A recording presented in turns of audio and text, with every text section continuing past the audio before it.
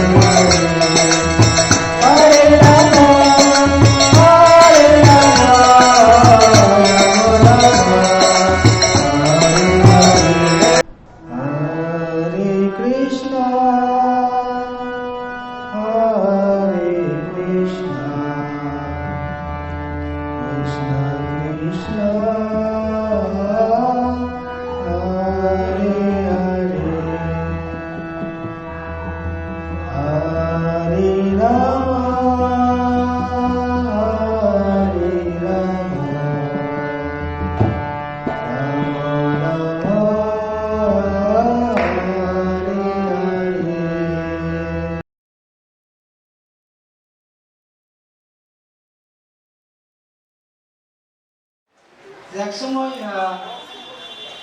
সমস্ত গোপীরা একটা ময়ূর নাচ করছিল ওরা দেখছিল। তো গোপীরা খুব মন দিয়ে ময়ূরের নাচ দেখছে। তো কৃষ্ণ এসে গেছে। আসলে কৃষ্ণ এসে বলছে কি দেখছো? বলছে এইসব ময়ূরের নাচ দেখছি। আর কৃষ্ণ চাই সবসময় তার অ্যাটেনশন তার দিকে থাক, ঠিক না? অন্যদিকে অ্যাটেনশন চায় না। তো বলছে কেন দেখছো? যে ময়ূর এত সুন্দর নৃত্য করছে সেদিন দেখছি। বলছে আমিও নাচছি, তাহলে আমাকে দেখবে? বলছে হ্যাঁ তুমি নাচো, তাহলে দেখবো তোমার। তো কৃষ্ণ নাচতে শুরু করে দিয়েছে একটু। তো তার আচার্য বলছে কেমন হলো? হয়েছে হয়েছে, এত এই ময়ূরের নাচটা খুব ভালো। তোমার নাচটা এত ভালো না, ময়ূরের নাচটা ভালো হচ্ছে। কৃষ্ণ তারপরে আবার মানে শক্তি নিয়ে আবার নাচছে, আর খুব ভালোভাবে নেচেছে। তখন বললো কেমন লাগছে নাচটা, এখন ভালো হয়েছে তো? বলে হ্যাঁ এখন একটু ভালো হয়েছে, কিন্তু তাও ময়ূরের নাচটা তোমার থেকে অনেক বেশি ভালো। তখন বলছে কৃষ্ণ এবার মানে পুরো শক্তি দিয়ে নৃত্য করতে শুরু করেছে, এমন নৃত্য করতে শুরু করেছে ময়ূর কি কেউ ওনার সাথে আর নৃত্য করতে পারবে না, একদম মানে নৃত্য করছে। আর এই নৃত্যতে রাধারানী নিজেকে ধরে রাখতে পারছে না, উনিও নাচতে শুরু করে দিয়েছে এবং সমস্ত গোপীরা নাচতে শুরু করেছে এবং তারা ময়ূরের মতো রূপ ধারণ করেছে। তারা নিজেরা কৃষ্ণ ময়ূর রাধারানীর ময়ূর সব রূপ ধারণ করে তারা নৃত্য করতে শুরু করে দিয়েছে। যেরকম ময়ূরকুটি আছে এখানে বর্ষানা, তো এইভাবে তাদের লীলা হলো।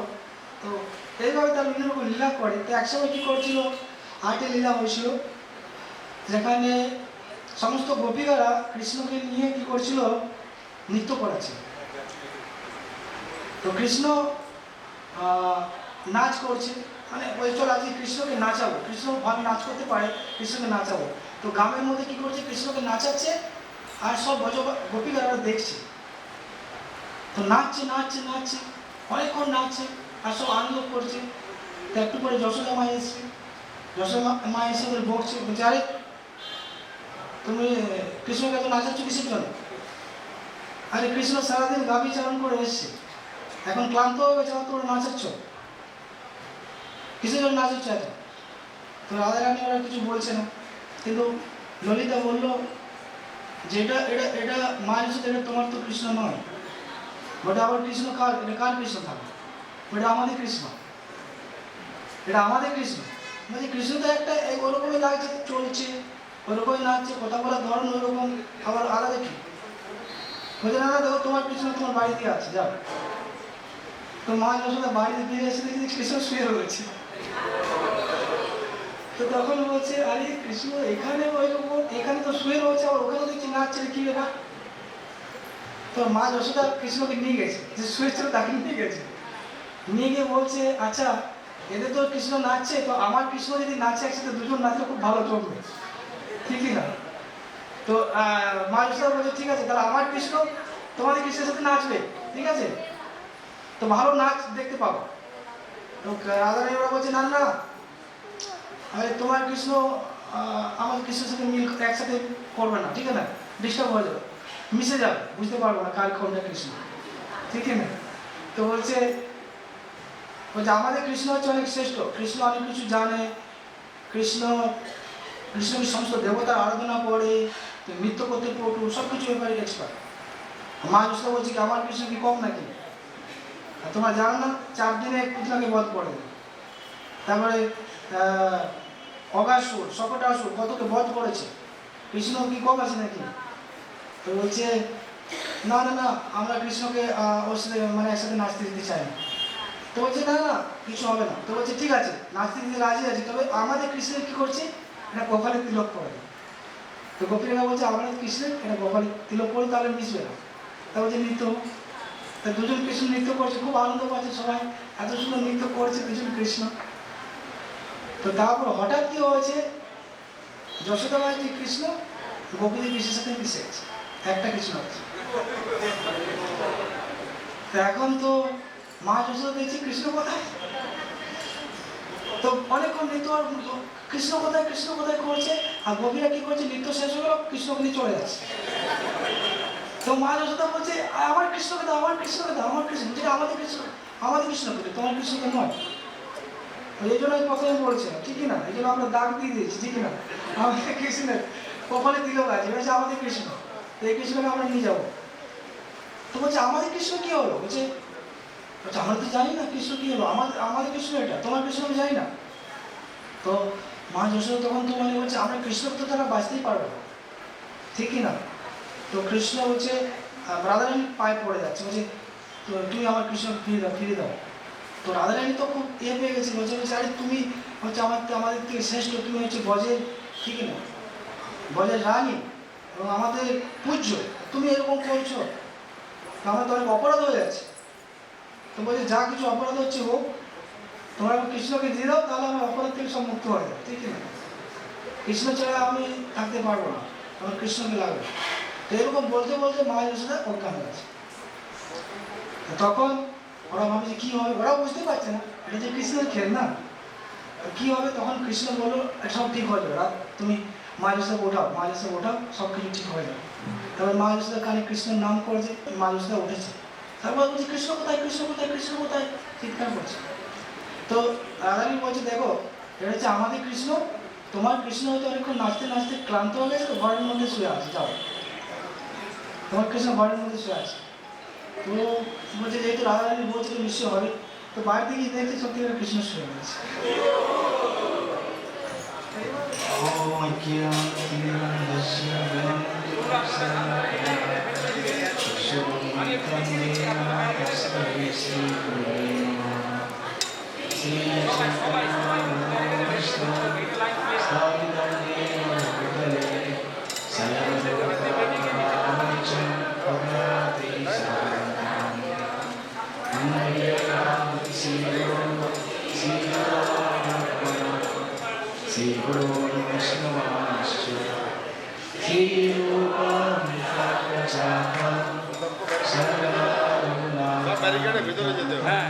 ক্যামেরা ভেতরে চলে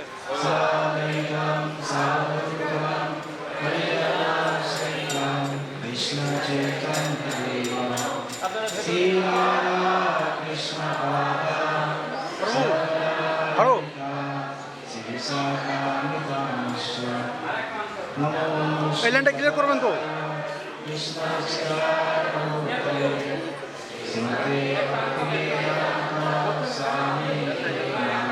हाँ चलिए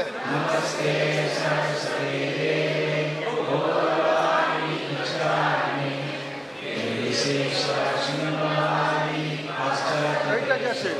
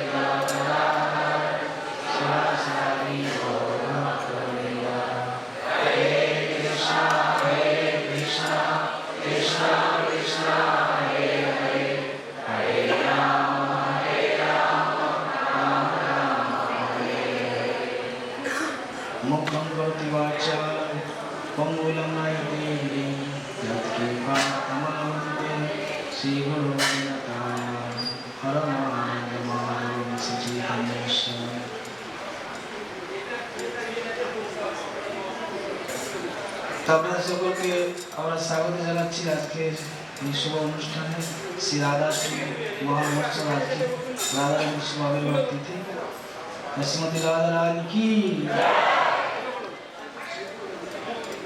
তো রাধারানীর কথা পরিবেশন করা আমার পক্ষে সেরকম কোনো যোগ্যতা নেই, কেননা রাধারানীর তত্ত্ব হচ্ছে অনেক উন্নত। আপনাদের সকলের কৃপা আশীর্বাদ যাত্রা করছি, প্রার্থনা করছি। বিশেষ করে অনেক সিনিয়র ভক্তরা রয়েছে এখানে, আমাদের সামনে উপস্থিত রয়েছেন গৌরীতা প্রভু, হরে কৃষ্ণ। ক্যামেরাকে মাঝখানে ঢুকে দিচ্ছি। কৃপা করেন বলতে পারি রাধারানীর ওখানে বসলে তত্ত্বের সম্বন্ধে কথা এবং সমস্ত ভক্তদের কাছে প্রার্থনা করেছি। হরে কৃষ্ণ। এটা হচ্ছে চৈতন্য চরিতামৃতের শ্লোক, যেখানে রাধা এবং কৃষ্ণের তত্ত্ব আলোচনা করা হয়েছে। আজকে রাধা কৃষ্ণের যে তত্ত্ব বা রাধারানীর যে তত্ত্ব সেটা আমরা আলোচনা করবো। আর শেষে রাধারানীর আবির্ভাব লীলা এবং কিছু লীলা বলার চেষ্টা করবো। রাধা কৃষ্ণ প্রণয় বিকৃতি লাদিনী শক্তি রসমা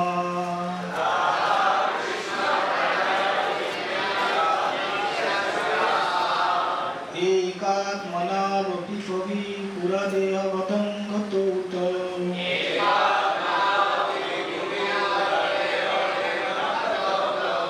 चैतन्याख्यं प्रकटमधुना तद्वयं चैकमाप्तम्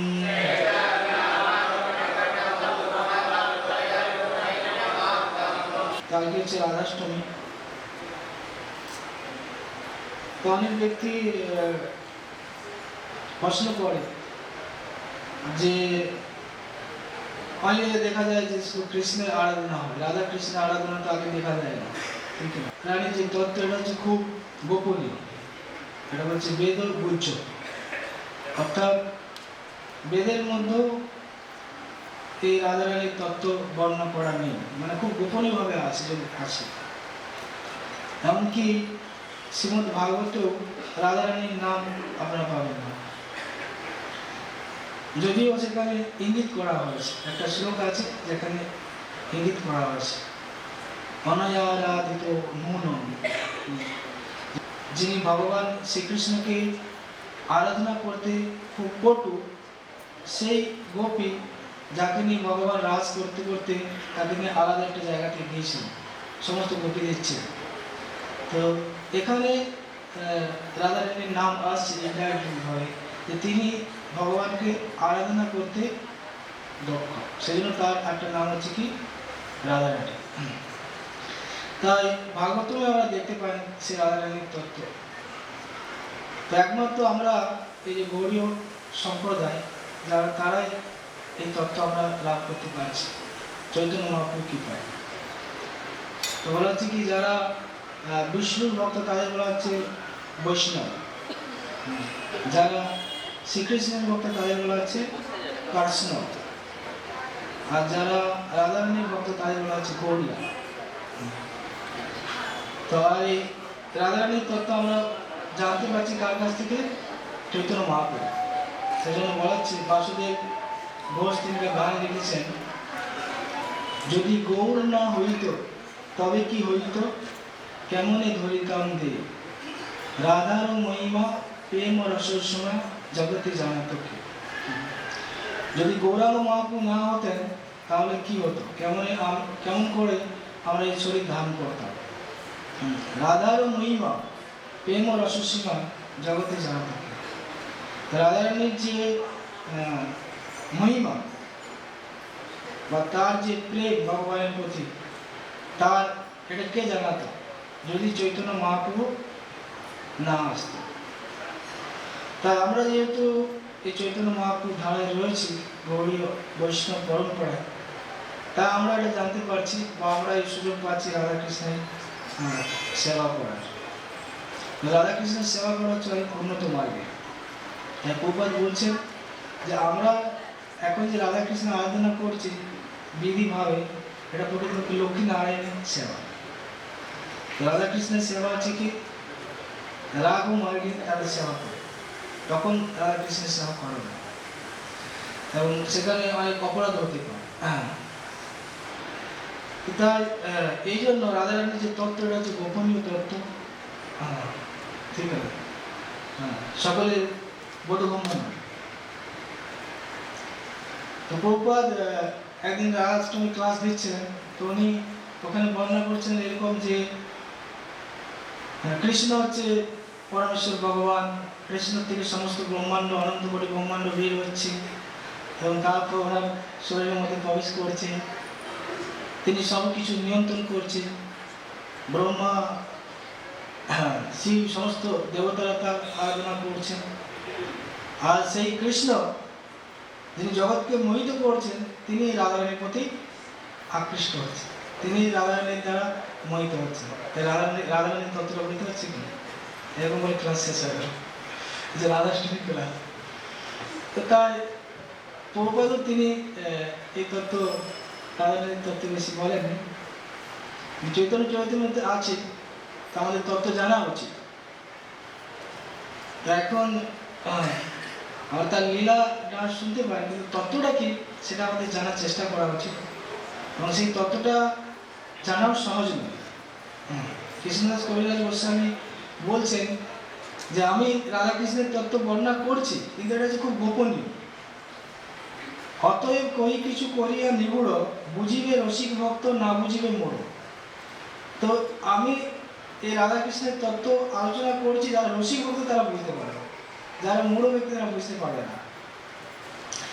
হৃদয়ে ধরে যে চৈতন্য নিত্যানন্দ, এইসব সিদ্ধান্তে সে পাইবে আনন্দ।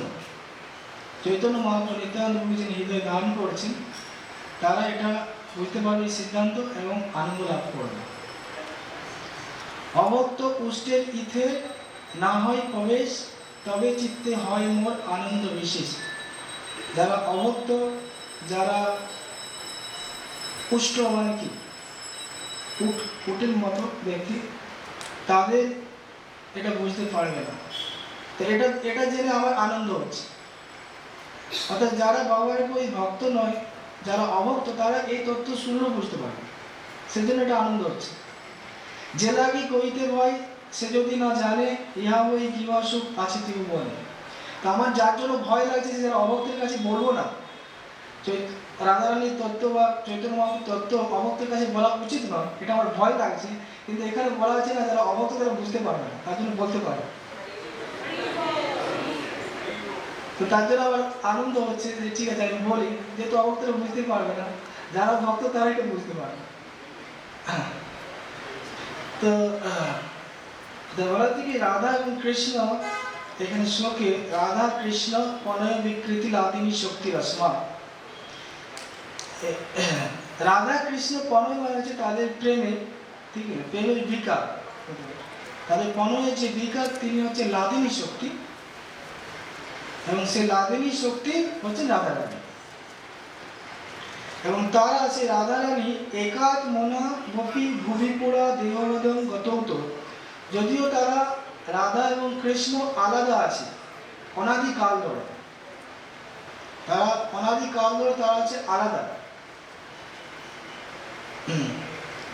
চৈতন্য একদম প্রকট মধুনা তদ্দয়ঞ্চন একটু মাত্র, কিন্তু তারা দুজনে এখন একসাথে হয়েছে এবং তিনি চৈতন্য মহাপ্রভুরূপে এসছেন। সে রাধা কৃষ্ণ আবার এক হয়ে গেছে, আগে আলাদা ছিল লীলার জন্য, আবার তারা এখন এক হয়েছে, তিনি হচ্ছেন চৈতন্য মহাপ্রভু। এবং কীভাবে এসছেন? রাধা ভাব দুটি সুবলিতম নৌমি কৃষ্ণ স্বরূপম। তিনি রাধারানীর ভাব, রাধারানীর যে ভাব, এবং দুটি মানে তার গায়ের রং, তার গায়ের রং হচ্ছে কি কৃষ্ণের গায়ের রং হচ্ছে কৃষ্ণ, কিন্তু রাধারানীর গায়ের রং হচ্ছে কি গৌরাঙ্গী, ঠিক না, বা তত্ত্ব কাঞ্চনের মতো। এই জন্য কৃষ্ণ যখন তিনি গৌর বর্ণ ধারণ করে আসেন, তখন তাকে বলা হচ্ছে কি গৌরাঙ্গ। গৌরাঙ্গ মহাপুরুষে তিনি এসছেন, তিনি হচ্ছেন কৃষ্ণই, কিন্তু রাধারানীর ভাব তার বেশি আছে, কৃষ্ণের ভাবটা নেই, খুব কম আছে, বেশি ভাবটা আছে কার? রাধারানী। তা আমাদের যে অস্তিত্ব ডিপেন্ড করছে ভাবের উপর। তো এটাকে কৃষ্ণদাস কবিরাজ গোস্বামী শ্লোকের আকারে লিখেছেন, খুব সুন্দর। রাধা কৃষ্ণ এক আত্মা দুই দেহ ধরি অন্যান্য বিলাসের রস আস্বাদন করি। রাধা কৃষ্ণ এনারা হচ্ছে দুটো শরীর কিন্তু একটা আত্মা, এটা তুমি জানা উচিত। তারা আছে একটাই আত্মা, তো দুটো শরীর। এবং তারা কেন দুটো শরীর ধারণ করেছে না, রস আস্বাদন করার জন্য, লীলা করার জন্য। সেই দুই এবে চৈতন্য গোসাই রস আস্বাদিত হইল একটাই। এবং চৈতন্য মহাপ্রভু কৃষ্ণ আবার রাধারানীর ভাব নিয়ে এসছেন, এটা একটা বিশেষ রস আস্বাদন করার জন্য, ভক্তে কি আনন্দ পাচ্ছে সেই রস আস্বাদন করার জন্য তিনি এসছেন। ইতে লাগি আগে করি তার বিবরণ, যাহা হইতে হয় গৌরের মহিমা কথন। রাধিকা হয়েন কৃষ্ণের অনয় বিকার, স্বরূপ শক্তি লাদিনী নাম যাহার। তো ভগবানের তিনটা শক্তি আছে। একটা হচ্ছে সন্দিনী শক্তি। সন্দিনী শক্তি মানে যার মাধ্যমে এই সমস্ত কিছু চিন্ময় জগৎ, জড় জগৎ বা যা কিছু সত্তা রয়েছে, সমস্ত কিছু সত্তা এই সন্দিনী শক্তি থেকে আসে, তাকে বলেছে সন্দিনী শক্তি। দ্বিতীয় শক্তি হচ্ছে সম্বিত শক্তি। সম্বিত মানে জ্ঞান। ভগবান যে মানে নিজেকে জানা বা ভগবানকে জানা, এটা হচ্ছে সর্বশ্রেষ্ঠ জ্ঞান। ভগবানকে জানা, কৃষ্ণের ভগবত্তা জ্ঞান, এটা হচ্ছে সম্বিতের সার। অর্থাৎ কৃষ্ণ যে ভগবান, এই জ্ঞানটা হচ্ছে সম্বিত শক্তির সার। আর বাকি তার পরিবার, ব্রহ্ম আদি জ্ঞান, এগুলো হচ্ছে তার পরিবার। যত জড় জ্ঞান হচ্ছে ব্রহ্ম জ্ঞান, এগুলো হচ্ছে তার পরিবার। কিন্তু প্রকৃত জ্ঞান হচ্ছে কৃষ্ণ হচ্ছেন ভগবান, এটা জান। এই যে জ্ঞান, এটা সম্বিত শক্তি থেকে আসছে। আর তৃতীয় শক্তি হচ্ছে লাদিনী শক্তি। তো ভগবানের তিনটা স্বরূপ শক্তি রয়েছে, তার মধ্যে একটা শক্তি হচ্ছে লাদিনী শক্তি, যার মাধ্যমে শ্রীকৃষ্ণ কি করে আনন্দ আস্বাদন করেন, আর এর মাধ্যমে তিনি ভক্তদেরও আনন্দ দান করেন। তো যত কিছু জড় আনন্দ, চিন্ময় আনন্দ, ব্রহ্মানন্দ বা ভক্তির আনন্দ, সব কিছু আসছে রাধারানীর থেকে বা লাদিনী শক্তি থেকে। তো এই লাদিনী শক্তি, এই লাদিনীর সার প্রেম, প্রেম সার ভাব, ভাবের পরম কাষ্টা নাম মহাভাব। তো এই লাদিনী শক্তি বা আনন্দানী শক্তির সার হচ্ছে কি প্রেম, আর প্রেমের সার হচ্ছে কি ভাব, আর ভাবের পরম কাজটা হচ্ছে কি মহাভাব। আর মহাভাব স্বরূপিনী রাধা ঠাকুর রানী, সর্বগুণ খনি কৃষ্ণ কান্তা শিরোমণি। এবং এই মহাভাবের যে শিরোমণি, তিনি হচ্ছেন কে শ্রীমতী রাধারানী। এবং সর্বগুণ খনি মানে সমস্ত গুণের খনি তার মধ্যে রয়েছে। কৃষ্ণ কান্তা শিরোমণি, এবং শ্রীকৃষ্ণের যত প্রেয়সী আছে তাদের মধ্যে তিনি হচ্ছেন সর্বশ্রেষ্ঠ। তো যদিও এখানে একটা শ্লোকের মধ্যে বর্ণনা করা আছে, কিন্তু এর মধ্যে অনেক তত্ত্ব এখানে নিহিত আছে, অনেক তত্ত্ব আছে। একটা শ্লোকের মধ্যে কৃষ্ণদাস কবিরাজ গোস্বামী বলছেন, যেমন বলা আছে কি লাদিনীর সার প্রেম, প্রেম সার ভাব, ভাবের পরম কাষ্টা নাম মহাভাব। লাদিনী শক্তির সার হচ্ছে কি প্রেম। তো প্রেম কিভাবে লাভ হয়? প্রেমের আগে কি কি স্তর আছে? আগে স্তর হচ্ছে কি 8টা আরো স্তর আছে। প্রথম হচ্ছে কি শ্রদ্ধা, শ্রদ্ধা, সাধুসঙ্গ, ভজন ক্রিয়া, অনন্ত নিবৃত্তি, নিষ্ঠা, রুচি, আসক্তি, ভাব, তারপর থেকে এই 8টা স্তর অতিক্রম করার পর কেউ প্রেম স্তরে যাবে। এটা হচ্ছে কি লাদিনী শক্তির সার। আর এই প্রেমের পর কি আছে? এখানে বলা হচ্ছে প্রেম সার ভাব, কিন্তু ভাবের আগে আরো কয়েকটা স্তর আছে। প্রেমের পর বলা হচ্ছে কি স্নেহ, প্রেমের পর হচ্ছে কি স্নেহ, স্নেহের পর হচ্ছে কি মান, মানের পর হচ্ছে কি প্রণয়, প্রণয়ের পর হচ্ছে কি রাগ, তারপর হচ্ছে কি অনুরাগ, অনুরাগের পর হচ্ছে কি ভাব, আর ভাবের পর মহাভাব, আর মহাভাবের শিরোমণিজিকে শুনতে রাখা এটা আমরা ভক্তির সামনে সিন্ধুতে প্রেম পর্যন্ত আমরা পাচ্ছি, ঠিক না? তারপর অল্প অল্প ব্যাখ্যা করা আছে, কিন্তু প্রেম যখন ধীরে ধীরে গাঢ়তা প্রাপ্ত হয়, ধীরে ধীরে এরকম স্নেহ, মান, প্রণয়, রাগ, অনুরাগ, তারপর হচ্ছে ভাব, মহাভাব, এইভাবে বর্ধিত হতে থাকে। তো এখন আমাদের লক্ষ্য হচ্ছে কি প্রেম, ঠিক না? কৃষ্ণ প্রেম লাভ করা আমাদের উদ্দেশ্য হচ্ছে কি কৃষ্ণ প্রেম লাভ, তারপর অন্যান্য স্তর আসবে। কৃষ্ণ প্রেম পাওয়ার জন্য এখন আমরা কোথায় রয়েছি? এখন আমাদের ভজন ক্রিয়া বা অনর্থ নিবৃত্তি স্তরে রয়েছে, ঠিক না? কারণ অনর্থ নিবৃত্তি হতে হতে আমাদের অনেক জীবন লেগে যায়, অনর্থ নিবৃত্তি হতে অনেক জীবন আমাদের লেগে যেতে পারে। হ্যাঁ, অনর্থ নিবৃত্তি হতে হতে অনর্থ নিবৃত্তি যেমন অনেক স্থূল অনর্থ রয়েছে, কাম, ক্রোধ, লোভ, মদ, মোহ, আশ্চর্য। তারপর সূক্ষ্ম অনর্থ রয়েছে, লাভ, পূজা, প্রতিষ্ঠা ইত্যাদি, এগুলো থেকে মুক্ত হওয়া। তো এখন দেখুন, অনেকে ভাবতে পারে যে রাধা কৃষ্ণের যে লীলা, এটা হচ্ছে জড়জাগতিক কাম বা জড়জাগতিক পুরুষ নারীর সম্পর্ক। কিন্তু এখানে আমরা দেখতে পাচ্ছি প্রেম লাভ করার জন্য তাকে অনর্থ নিবৃত্তি ইত্যাদি স্তর অতিক্রম করতে হবে। আর ভক্তি মার্গে 8টা স্তর অতিক্রম করার পর প্রেম যায়, প্রেম পাবে। আর প্রেমের এই 8টা স্তরের 3 নম্বরে হচ্ছে অনর্থ নিবৃত্তি। তো অনর্থ নিবৃত্তি যদি হয়, সেখানে তার কাম, ক্রোধ, লোভ, মদ, মোহ, আশ্চর্য, লাভ, পূজা, প্রতিষ্ঠা সব থেকে মুক্ত হবে। তো তারপর সে তার মধ্যে কি হবে? নিষ্ঠা আসবে, ভগবানের সেবা করার প্রতি রুচি আসবে, ঠিক না? ভগবানের সেবা করা, ভগবানের নাম করা, ভগবানের কথা শোনা। আমাদের ভগবানের নাম কথা শোনার প্রতি রুচি থাকে, ঠিক আছে? আসি ক্লাস করে আমাদের ঘুম পেয়ে যায়, কথা বলে ঘুম পেয়ে যায়, ঠিক না? এই সময় ভক্তিভূষণ স্বামী মহারাজ বলে, যেমন 2টো মন্ত্র আছে, এটা ঘুম পাড়ানো, এটা ঘুম থেকে জাগানো। ঘুম পাড়ানোর মন্ত্র হচ্ছে কি ওম নমো ভগবতে বাসুদেবায়, সবাই ঘুমিয়ে যাবে। আর ঘুম থেকে জাগানো আছে কি মহাপ্রসাদে গোবিন্দে, ঠিক আছে? তো আমাদের আসক্তি হচ্ছে কি প্রসাদ। আমাদের এখন আসক্তি বা রুচি আছে কিসে? প্রসাদের রুচি। তো ভালো প্রসাদের রুচি আছে, আমি সব প্রসাদও আমরা ডিসক্রিমিনেট করি, কোনটা ভালো কোনটা খারাপ, ঠিক আছে? সব প্রসাদের রুচি দিই, ঠিক আছে? প্রসাদের রুচি হলো ভালো, এটা কোনো খারাপ না, ঠিক আছে? এটা থেকে আস্তে আস্তে আমাদের অনর্থ যাবে বা অবিদ্যা যাবে। তারপরে আমরা নিষ্ঠা, রুচি, আসক্তি, তারপরে হচ্ছে কি ভাব। তো এখানে তো 2টো ভাব আছে, ভাব তারপর হচ্ছে প্রেম, এদিকে আমরা ভাব তারপর হচ্ছে মহাভাব। কিন্তু 2টোর মধ্যে পার্থক্য আছে, একই রকম ভাব নেই। এখানে প্রথম ভাবটা যে হচ্ছে, এটা হচ্ছে প্রেমের অঙ্কুর। প্রেমের যে অঙ্কুর তাকে বলা হচ্ছে কি ভাব। আর ওখানে মহাভাবের আগে যে ভাব, ওই ভাবটা হচ্ছে কি মহাভাবের অঙ্কুর। মহাভাবের অঙ্কুর হচ্ছে কি ভাব, যে অঙ্কুর হয় তারপরে গাছ হয় বা মুকুল হয়, তারপরে সেটা ফুল হয়। তো ভাবস্তরের লক্ষণ আছে, ঠিক আছে?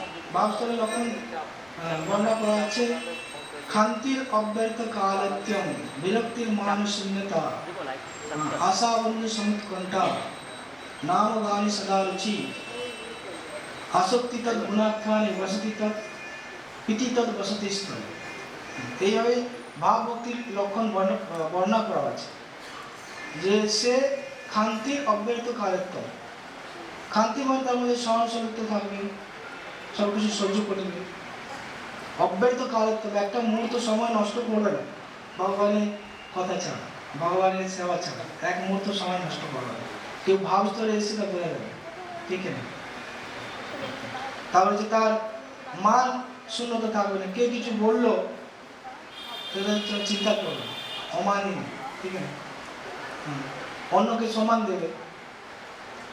বিরক্তি, জড় বিষয় প্রতি তার বিরক্তি হবে।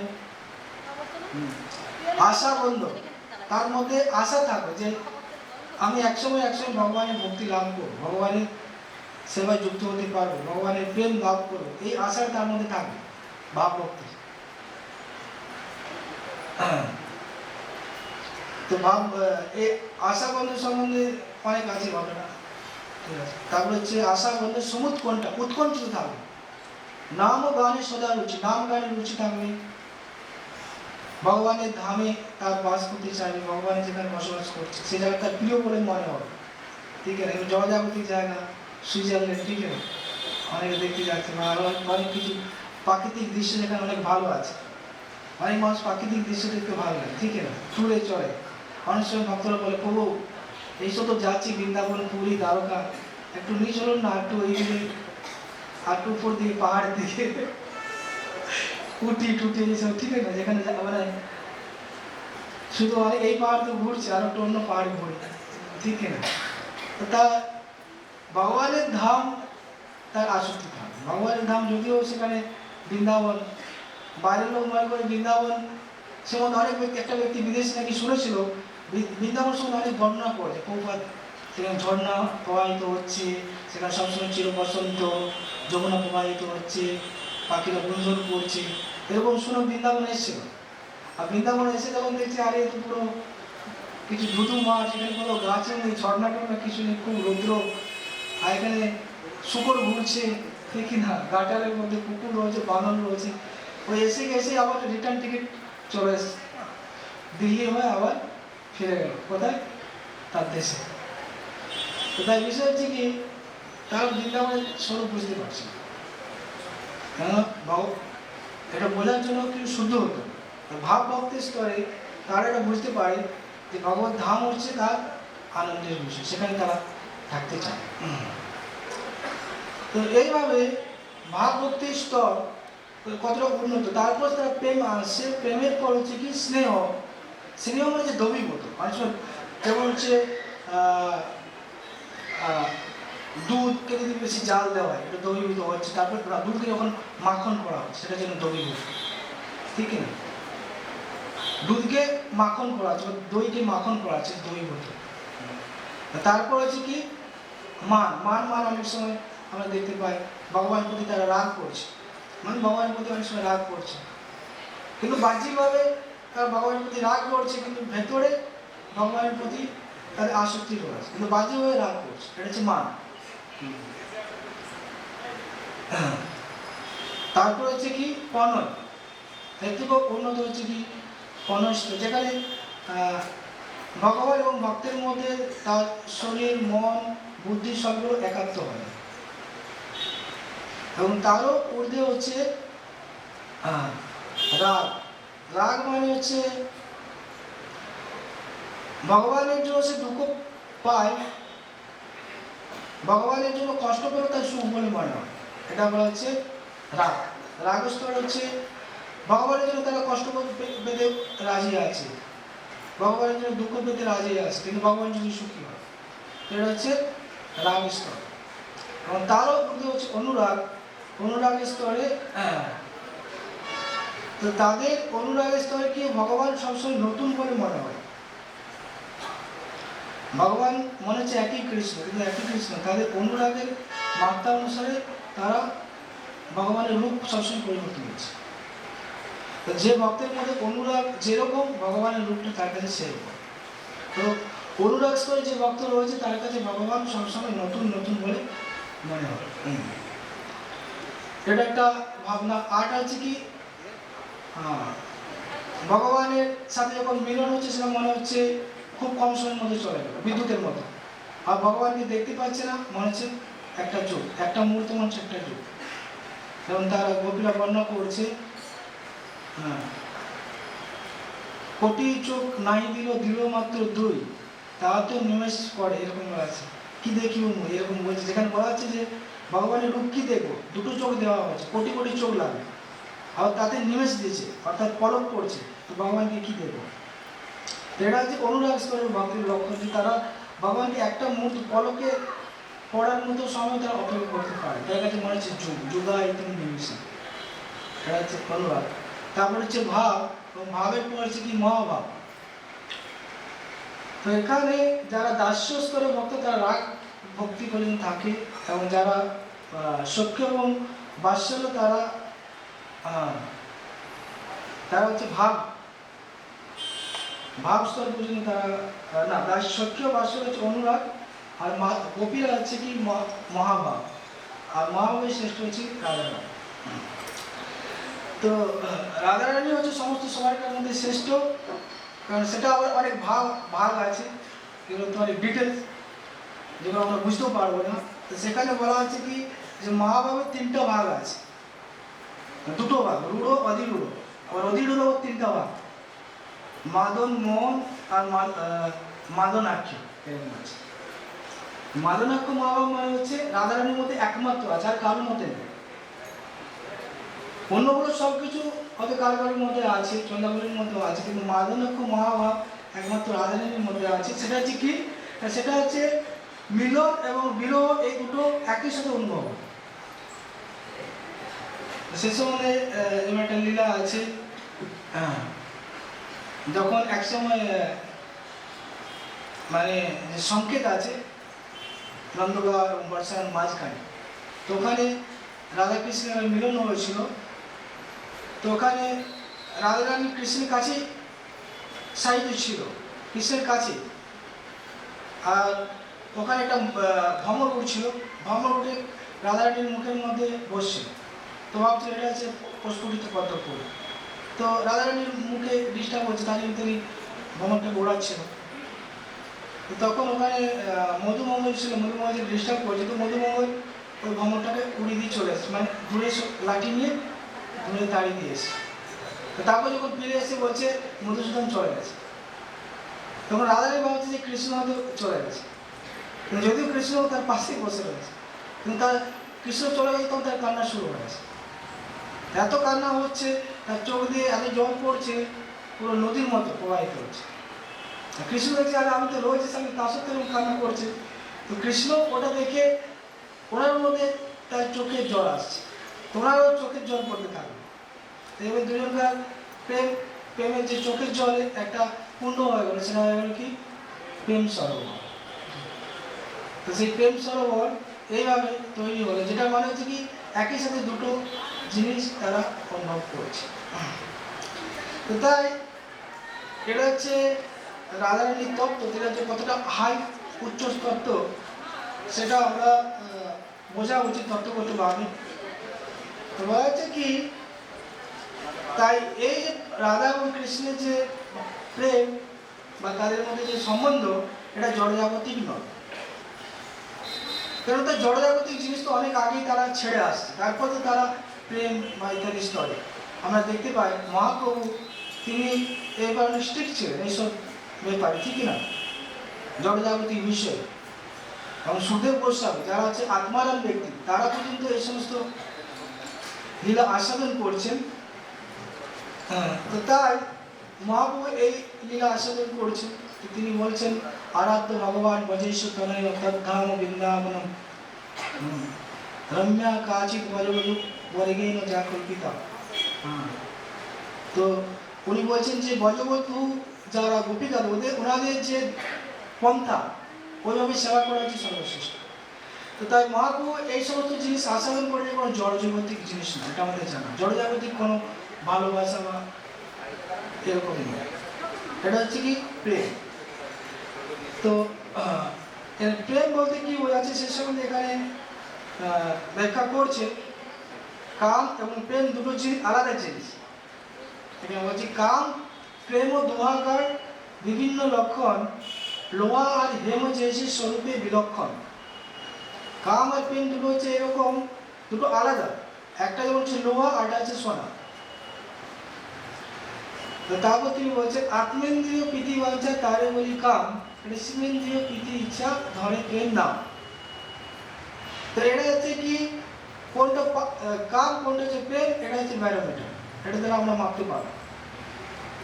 কাম হচ্ছে কি নিজের ইন্দ্রিয় তৃপ্তি করার বাসনা, নিজের ইন্দ্রিয় তৃপ্তি করার বাসনা যখন থাকবে তাকে সেটা কি বলা হবে কাম। নিজের ইন্দ্রিয় তৃপ্তি করার বাসনা তাকে বলা হচ্ছে কি কাম। আর প্রেম মানে হচ্ছে কি কৃষ্ণের ইন্দ্রিয় প্রীতি ইচ্ছা করাটা, ইচ্ছা করলে হবে। কৃষ্ণের প্রীতি ইচ্ছা, ইচ্ছা যদি কেউ করে ওটা হচ্ছে প্রেম। শ্রীকৃষ্ণের প্রীতি বিধান করার ইচ্ছা, এটা হচ্ছে প্রেম। তো তাই যারা ব্রজবাসী তাদের একমাত্র ইচ্ছা হচ্ছে যে শ্রীকৃষ্ণের প্রীতি বিধান করা, শ্রীকৃষ্ণকে আনন্দ দেওয়া। এখন শ্রীকৃষ্ণকে আনন্দ দেওয়ার মাধ্যমে তারা আনন্দ পাচ্ছে না পাচ্ছে, ঠিক না?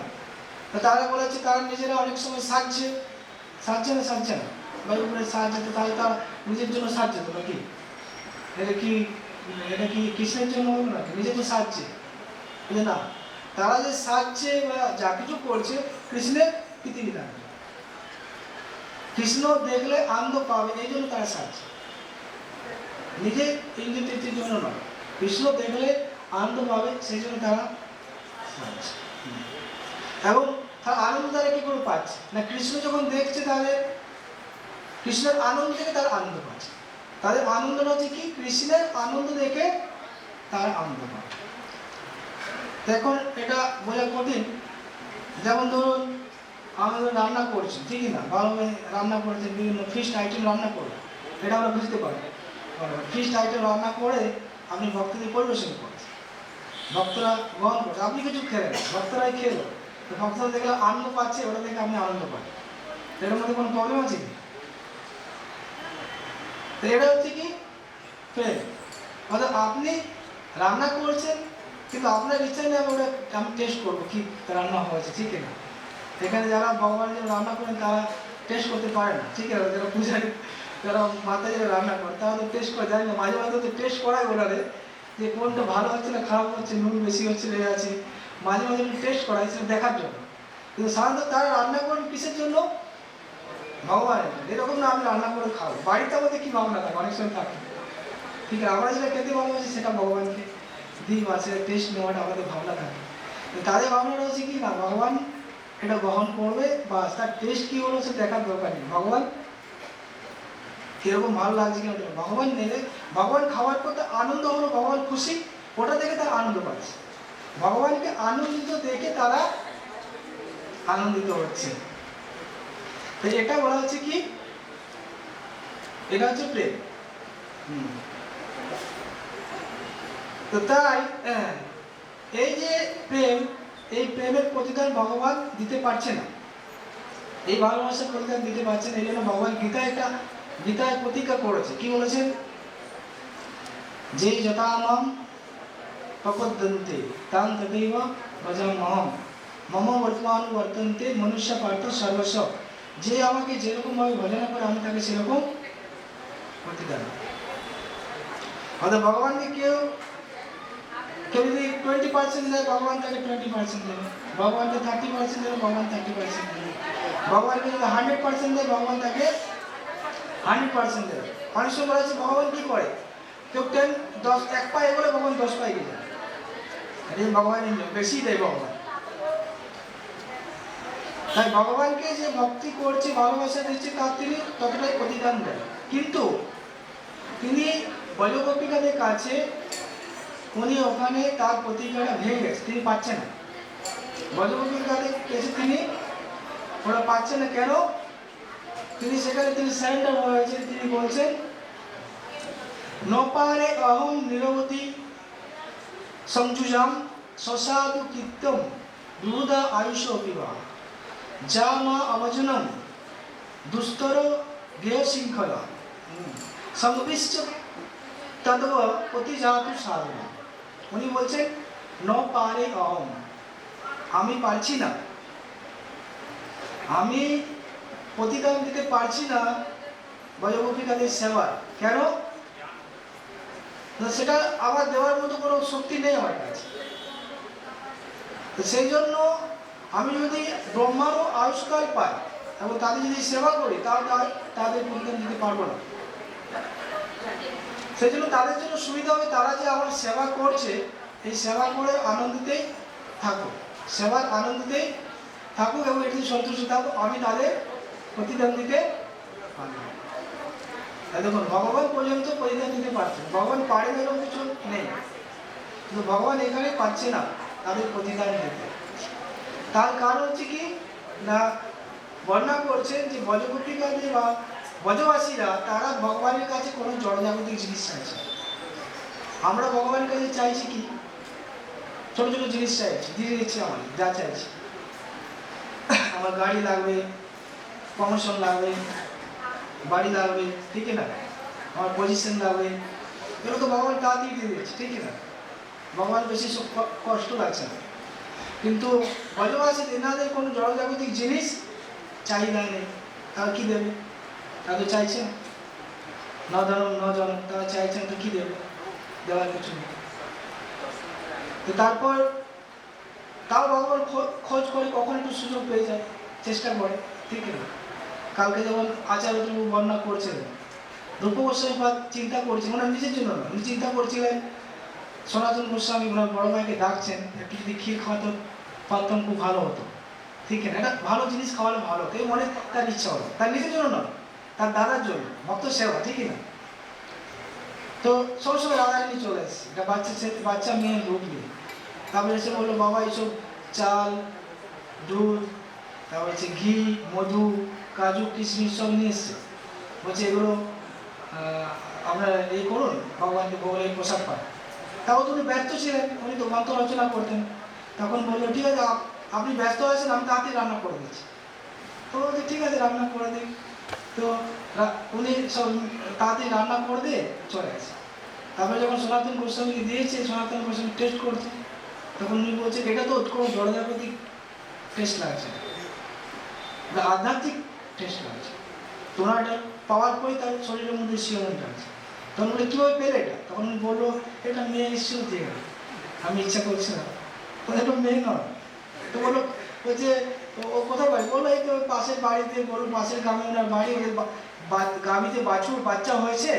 তো বাচ্চা হলে কী হয়, প্রথম দুধগুলো যে হয় সেটা ঠাকুরের স্থানে বা ওই সাধু ইত্যাদি দেয়। তো বলো দেখো এইসব কোনো বাচ্চা মেয়ে নেই, তুমি চলো। তো গেল, যে কারো গ্রামে এখন এই কিছুদিনের মধ্যে গাভী বাচ্চা দেয় না। তো বললো এটা হচ্ছে কি, রাধারানী এসে, রাধারানী এসে এখানে সেবা করছে, কারণ একটু চান্স সুযোগ নিচ্ছে, কখন সুযোগ পাওয়া যায় ভক্তদের সেবা করার, বুঝতে না। ভগবান রাধারানী তার সরাসরি সেবা করতে চান, কখন তাদের সেবার সুযোগ পান। এটা হচ্ছে চিন্ময় জগৎ আর জড় জগতের মধ্যে পার্থক্য। জড় জগতের মধ্যে হচ্ছে কি, প্রত্যেকে চাইছে সেবাকে করে নেবো, প্রত্যেকে চাই বশ হতে। জড় জগতে কি চাইছে, সকলে বশ হতে চাইছে, পিরামিড, ঠিক আছে। এই জন্য ভক্তি পুরুষ সাই মহারাজ বলেছিলেন যে জড় জগতের সিস্টেমটা হচ্ছে কি পিরামিড, এরকম পিরামিড মানে সকলে টপে চলে যেতে চায়, বাকিরা সব নিচে থাকে, ঠিক না। সবাই 1 নম্বর হতে চায়, কেউ ক্লাসের লাস্ট হতে চায় কি, ঠিক না। সবাই চায় বশ হতে, কেন? এখানে সবাই সেবা নিতে চায়। কিন্তু চিন্ময় জগৎ মানে হচ্ছে কি, সকলে সেবা দিতে চায়, কেউ সেবা নিতে চায়, সেখানে কি প্রতিযোগিতা আছে, সেবা দেবে। তো যে পিরামিড হচ্ছে উল্টা, চিন্ময় জগতের পিরামিড হচ্ছে কি উল্টা, মাথাটা ছোঁচার দিকটা নিচের দিকে, বাকিগুলো এবং বাড়তি থাকছে। অর্থাৎ টপে যে আছে তিনি হচ্ছেন কে, তিনি হচ্ছেন ভগবান। যদিও তিনি হচ্ছেন ভক্ত, তিনি হচ্ছেন তিনি সবচেয়ে সেবা করছেন ভক্তদের, ঠিক না, সবার সেবা করছেন। তো চিন্ময় জগতে সকলে কি করতে চায়, সেবা করতে চায়। এখানে সেবার কম্পিটিশন, কীভাবে সেবা করতে পারে, এরকম আমি সেবা কীভাবে নিতে পারি। তো প্রভুপাদ বলছেন এটা চিন্ময় জগৎ হয়ে যাবে যখন আমাদের মধ্যে এই ভাবটা যাবে, আমি কীভাবে অন্য ভক্তের সেবা করব, আমি কীভাবে ভক্তের সেবা করতে পারি, ঠিক আছে। যে কোনোভাবে ভক্তকে সেবা করতে হবে, আমি সেবা নেবো এটা না, আমি কীভাবে সেবা করবো, সেবা নেওয়ার সুযোগ দেবো, সেবা করার সুযোগ দেবো না, এটা হচ্ছে মূল বিষয়, যে সেবা আমি কীভাবে দিতে পারি। অনেক সময় মনে হয় ঠিক আছে অনেকদিন সেবা করছে, এখন সেবা দিতে পারি না, এতদিন তো সেবা করবো, একটু তো সেবা দিতে কী অসুবিধা আছে, ঠিক আছে একটু সেবা দিই। কিন্তু যারা উন্নত স্তরে থাকে তারা কখনো চাইবেন যে কাউকে সেবা দিই, তারা চাইবে সবসময় সেবা করার জন্য। হ্যাঁ, তো এটা হচ্ছে চিন্ময় জগতের ভাব। তো তাই যেটা বলতে চাইছিলাম যে ভগবান, সেটা হচ্ছে এটা যে ভগবান কেন শোধ করতে পারছে না, ভগবান শোধ করতে পারছে না কেন, যে ভক্তরা কোনো কিছু চাইছে, তো কীভাবে শোধ করবে। কিন্তু তাও মাঝে মাঝে সুযোগ পেয়ে গেলে করে, কিন্তু তাও সেটা নিজের জন্য নয়। ভক্তরা যদি চিন্তা করে কিসের জন্য, ভগবানের জন্য করে, ভক্তের জন্য করে, নিজের জন্য খুব কম করে না। দ্বিতীয়ত হচ্ছে কি, ভগবান কেন দিতে পারছে না শোধ করতে, এটা বলা হচ্ছে কি যে ব্রজবাসীদের একমাত্র ভালোবাসার বস্তু হচ্ছে কৃষ্ণ, ব্রজবাসীদের একমাত্র ভালোবাসার বস্তু কি? কিন্তু শ্রীকৃষ্ণের একমাত্র ভালোবাসার বস্তু ব্রজবাসীরা ছাড়াও আরো অনেক আছে। যেমন ভগবান আরো অন্যান্য রস রয়েছে, শান্ত রস, দাস্য রস, সখ্য রস, বাৎসল্য রস। তো তাদের সাথে তো ভগবান আদান প্রদান করছে, অর্থাৎ ভগবান সম্পূর্ণভাবে তাদের দিতে পারছে না, ভগবানের কিছু কিছু ভাগ হয়ে যাচ্ছে। কিন্তু গোপীদের ক্ষেত্রে কি হচ্ছে, ব্রজবাসীরা কি হচ্ছে 100% দিচ্ছে, বুঝেছি কিনা? তার জন্য ভগবান দিতে পারছে না। ভগবান বলছে আমি ঋণী। কিন্তু ব্রজবাসীরা তারা কি হচ্ছে সম্পূর্ণভাবে কৃষ্ণকে ভালোবাসে, সব কিছু ভরে গেছে। এখন বলতে পারেন ওদের তো সংসার পরিবার আছে, কিন্তু না, ওরা সব কিছু বাদ দিয়ে, আর সব কিছু ত্যাগ করে, জাতি ধর্ম কুল সব কিছু ত্যাগ করে তারা ভগবানের কাছে সমর্পণ করেছে। তো ভগবানের ক্ষেত্রে সেটা তিনি পারছেন না, সেই জন্য তিনি বলছেন কি আমি পারছি না প্রতিদান দেওয়ার জন্য। তা এটা হচ্ছে ব্রজবাসীদের বা গোপিকাদের প্রেমের বৈশিষ্ট্য, ভালোবাসার বৈশিষ্ট্য। এটা যদি আমরা বুঝতে পারি তখন আমরা অনুভব করতে পারবো। এটা যারা যারা শুদ্ধভাবে উপলব্ধি করতে পারে তখন তারা রাধাকৃষ্ণের জিনিস বুঝতে পারে, তাছাড়া বুঝতে পারে না। তো আজকে যেহেতু রাধা অষ্টমী, একটু রাধারানীর আবির্ভাব সম্বন্ধে বা লীলা কয়েকটা বলার চেষ্টা করছি, আর কয়েক মিনিট আছে, ঠিক না? তো রাধারানীর আবির্ভাব সম্বন্ধে বিভিন্ন জায়গাতে বিভিন্ন রকম তথ্য রয়েছে। হ্যাঁ, একটা তথ্য আমি শুনছিলাম, এই সময় ভক্তিভূষণ স্বামী মহারাজ বলছিলেন কীভাবে রাধারানীর আবির্ভাব হয়েছে। সেখানে বলা হচ্ছে কি একসময় বৃন্দা পর্বতরা একটা ব্যক্তিত্ব, তো পর্বতের মধ্যে একটু হলো, এইসব ভাব হয়ে গেছে।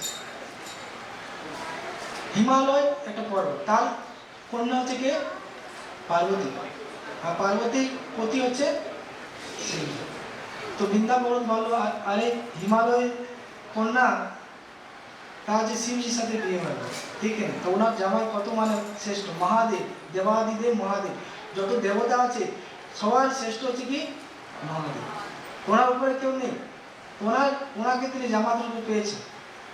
তো আমি একটা এরকম কন্যা পেতে চাই যার জামাতা কি হবে, ও শিবজিকে পরাস্ত করতে হবে। তো আমাকে এখন এটা এরকম পেতে হবে, এরকম কন্যা। তো উনি তপস্যা করে ব্রহ্মাজি, তো ব্রহ্মাজি তপস্যা সন্তুষ্ট হয়েছে। তখন বললো বৎস তুমি কি বর চাও? তো বলছে আমি এরকম কন্যা চাই যে যার প্রতি মহাদেবকে পর্যন্ত পরাস্ত করতে হবে। তাহলে ঠিক আছে, তথাস্তু বলে চলে গেছে ব্রহ্মাজি। কিন্তু যাওয়ার পর ব্রহ্মাজি ভাবলো আরে এই শিবজিকে পরাস্ত করতে পারে কে? শিবজিকে সবাই পরাস্ত করতে পারে না, একমাত্র কৃষ্ণই পরাস্ত করতে পারে। আর কৃষ্ণ তার জামাতে হবে কি করে? কৃষ্ণ তো যে কোনো ব্যক্তিকে তো বিবাহ করবে না, ঠিক না? কারণ রাধারানীকে তিনি বিবাহ করতেন, রাধারানীকে কন্যা রূপে তাকে আসতে হবে রাধারানী। কিন্তু রাধারানী কেন? কিন্তু গোলক বৃন্দাবনে থাকেন, তিনি এইসব জড়জগতে আসবেন নাকি? তখন তিনি বিপদে পড়বেন ব্রহ্মাজি। তো তারপর তিনি গেলেন, উনি আবার ধ্যান, ব্রহ্মাজি দেখুন দেবতাদের কি অবস্থা হচ্ছে, ঠিক না? দেবতাদের যে বর দেয় তারা নিজেরা, তাদের কোনো শক্তি নেই, তারাও ডিপেন্ডেন্ট থাকে, ঠিক না? তাই ব্রহ্মাজিকে বৃন্দা পর্বত অনেক ধ্যান করে ব্রহ্মাকে সন্তুষ্ট করে বর চাইল, কিন্তু এখন সে বর দেবে কিভাবে? এখন বর দিতে পারবে না বলে উনি আবার ধ্যানে বসেছেন, ব্রহ্মাজি আবার ধ্যানে বসেছেন রাধারানী, ঠিক আছে? রাধারানী ধ্যান করছে, তো রাধারানী সন্তুষ্ট হয়েছে। তাই বলে কি চাও? যে আমি চাই আপনি বৃন্দা পর্বতে কন্যা রূপে অবতরণ করো। তুমি তখন রাজি হলো, ঠিক আছে অবতরণ করো, ওনাকে আশীর্বাদ করো। কেননা তার আগেই ভগবানের যে লীলা, ওখানে ভগবান কৃষ্ণ বলছিল যে তোমাকে আসতে হবে বৃন্দাবনে। তো রাধারানী বললো না আমি বৃন্দাবনে যেতে যাব না, বলছে এই পৃথিবীতে যাব না। যে কেন? না বলছে ওখানে বৃন্দাবন নেই, গোবর্ধন নেই, যমুনা নেই, ওখানে আমি যাবো না। বলছে কৃষ্ণ বলছে সব নিয়ে যাবো, বৃন্দাবন ধাম যাবে, গোবর্ধন যাবে, যমুনা যাবে। তুমি পুরো ওনার ধামকে এখানে নিয়ে চলে আসছে পুরো, ঠিক না? ইম্পোর্টেড মানে চিন্ময় জগৎ থেকে নিয়ে এসছে। তাই এই যে ভৌম বৃন্দাবন আর ওই বৃন্দাবন চিন্ময় ধাম যে গোলক বৃন্দাবন, ওর মধ্যে কোনো পার্থক্য নেই, দুটোই এক। এটা আমাদের জানতাম। দুটো হচ্ছে একই রকম শক্তি রয়েছে, একই রকম লীলা চলছে, কিন্তু আমরা হয়তো গিয়ে দর্শন করতে পারছি। কিন্তু দুটো ধামে একই রকম শক্তি, একই রকমভাবে এখনো লীলা হচ্ছে। সেজন্য বলা হচ্ছে কি, অদ্যপ্রিয় সেই লীলা করে গৌর রায়, কোনো কোনো ভাগ্যবান দেখিবারে পারে।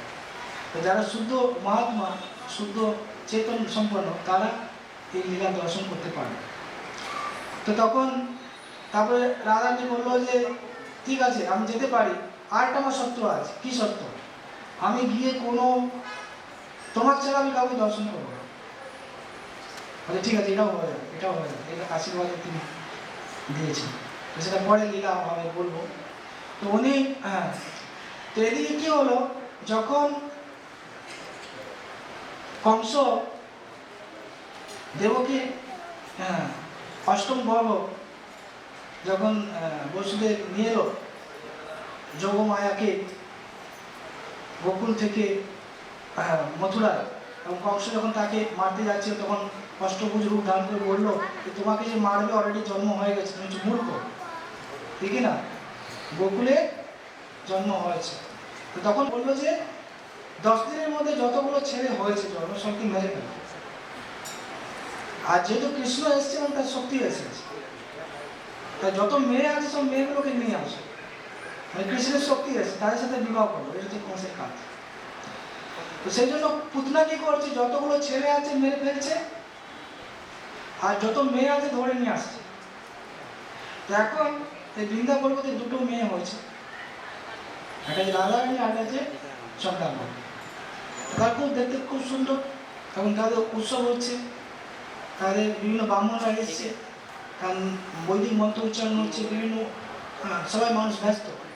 তো পুতনা উপর দিয়ে যাচ্ছিল, আস্তে আস্তে দেখছি দুটো সন্তান, কন্যা সন্তান খুব ভালো, তো তুলে নিয়ে চলে আসছে। তো তখন বিশ্ববান কিনা বৃন্দা পর্বত বলছে, আপনি ব্রাহ্মণদের বলছে আপনি কিছু করুন, আমার মেয়েদের নিয়ে চলে যাচ্ছে। তো ব্রাহ্মণ অনেক শক্তিশালী, ওরা মন্ত্রের মাধ্যমে এমন মন্ত্র বলেছে, বলে যে নিয়ে যাচ্ছিল ওর শক্তি এত, মানে শক্তি নষ্ট হয়ে গেল, আর নিয়ে যেতে পারছে না। তো একটা হাত থেকে আস্তে আস্তে চন্দ্রাবতী পড়ে গেছে একটা জায়গায়, তারপর কিছু দূর যাওয়ার পর রাধারানী একটা জায়গাতে পড়ে গেছে। তো এই রাধারানীকে পরে পৌর্ণমাসী পেয়েছিল, পৌর্ণমাসী থেকে মুখরা থেকে কীর্তিদা মায়ের কাছে আসে, এইভাবে রাধারানী তিনি প্রকট হয়েছিলেন। আরেকটা লীলাতে বলা হচ্ছে কি, যে বিশ্ববন্ধু মহারাজ আর কীর্তিদা ওরা অনেকদিন সন্তান হচ্ছিল না, তার ভগবানের অনেক ভজনা করছিল।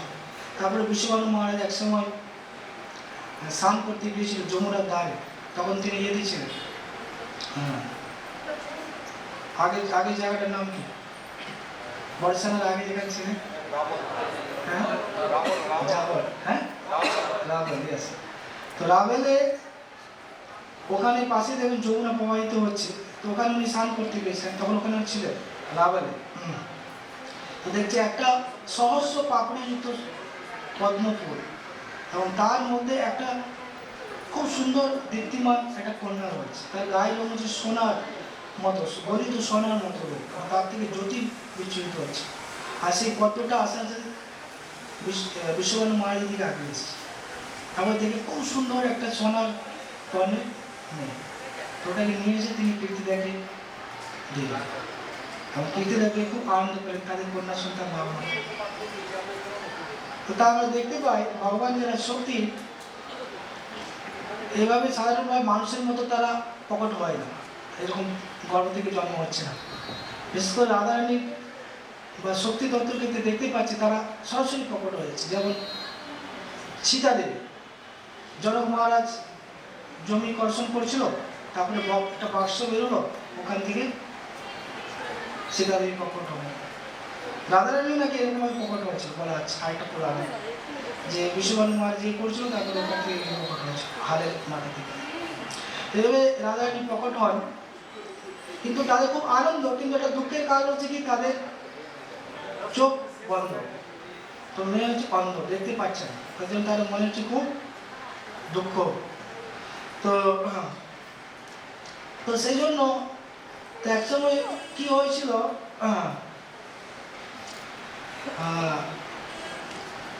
যাদের অনুষ্ঠান হচ্ছিল, রাধারানীর বাড়িতে অনুষ্ঠান হচ্ছিল, আর বিশ্ববানু মহারাজ নন্দ মহারাজকে দেখেছে। নন্দ মহারাজ, মা যশোদা এবং কৃষ্ণ তারা সকলেই বিশ্ববানু মহারাজের বাড়িতে এসেছিল। তো বিশ্ববানু মহারাজ যখন এসেছিল তখন বড়রা বড়দের সাথে কথা বলছে। নন্দ মহারাজ বিশ্ববানু মহারাজের সাথে, যশোদা মা, কীর্তিদা ইত্যাদি মহিলার সাথে, আর বাচ্চারা কী করে, বাচ্চাদের সাথে খেতে শুরু করতে, ঠিক না? যার সাথে মিল হবে তার সাথে সে খেতে শুরু করে, কাজ কথা বলতে শুরু করবে। আমাদের ক্লাসে দেখবেন অনেকে শুনছে, বাচ্চারা শুনবে, ওই বাচ্চাদের নিয়ে খেতে শুরু করে দিচ্ছে, ঠিক না? তো যার সাথে মিল তাদের সাথে কথা বলতে পারে। সেরকম কৃষ্ণ কি হয়েছে, যেহেতু বাচ্চা, ওখানে রাধারানী একটা জোলার মধ্যে শোয়ানো ছিল, তো ওখানেও কৃষ্ণ গেছে। কৃষ্ণ যখন গেছে, রাধারানী দিকে তাকাচ্ছে, তার হাত স্পর্শ করছে, তো তখন রাধারানী বুঝতে পেরে গেছে কৃষ্ণর স্পর্শ পেয়ে তিনি বুঝতে পেরেছে এই যে কৃষ্ণ। তখন রাধারানী দর্শন করে, তখন কৃষ্ণ প্রথম রাধারানী দর্শন করলো কাকে? কৃষ্ণ। তো তাই এইভাবে তখন বাকির সবাই ছুটে এলো, তাই এসে দেখলো আরে রাধারানীর চোখ খুলে গেছে, তো খুব আনন্দিত হয়ে গেছে। রাধা কৃষ্ণকে তারা বলে নিয়েছে এবং কৃষ্ণকে খুব আদর করছে, যে এর জন্য রাধারানীর চোখ ফিরে পেয়ে, ঠিক না? তো এইভাবে রাধা কৃষ্ণের প্রথম দর্শন যেটা হলো, সেভাবে রাধারানী প্রথমই কৃষ্ণকে দর্শন করছে। জয় শ্রীমতী রাধারানী কি, রাধাষ্টমী মহামহোৎসব কি, জয় গৌর প্রেমানন্দে। Yes.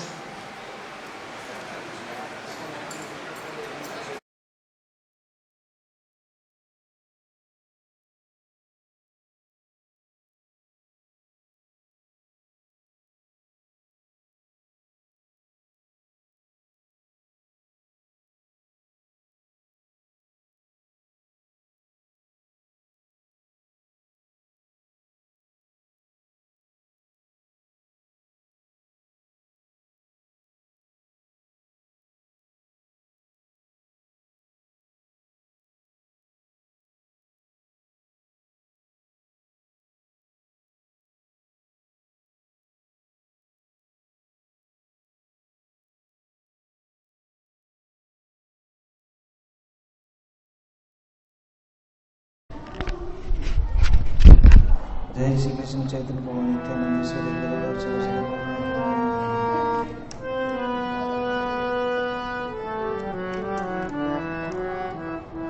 हरे कृष्णा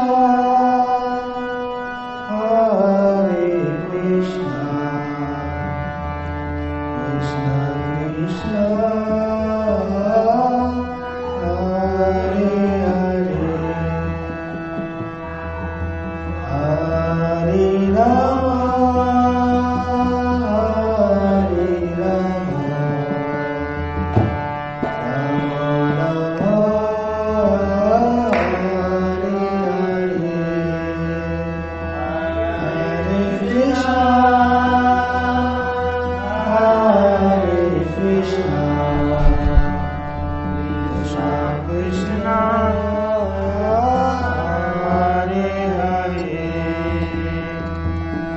Hare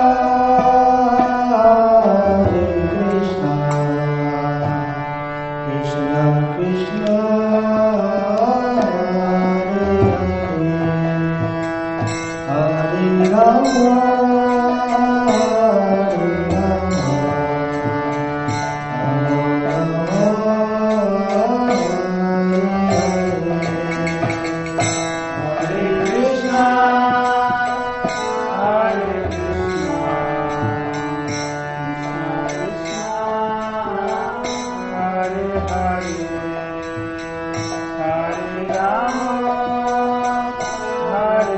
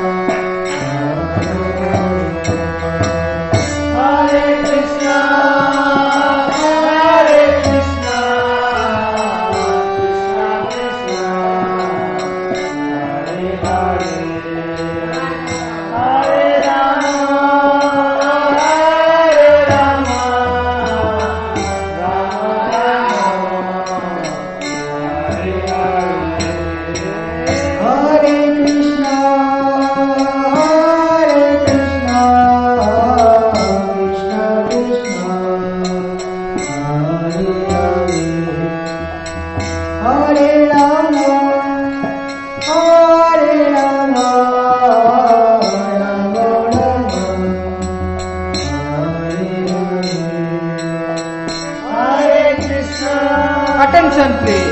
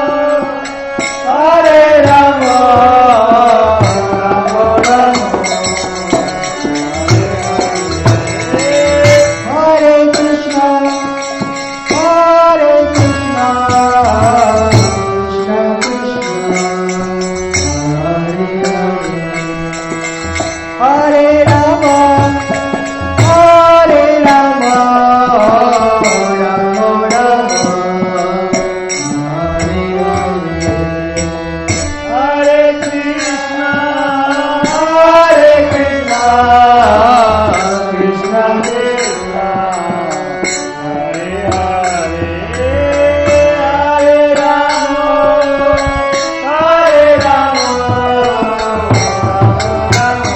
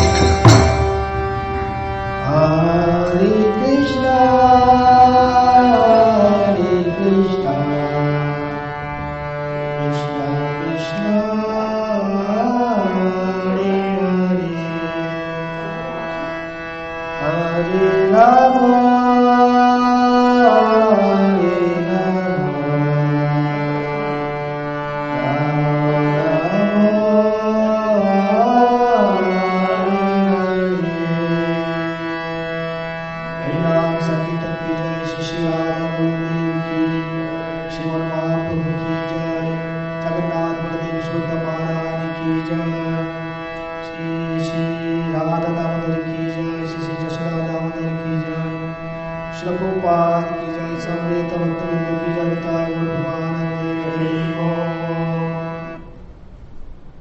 महाराज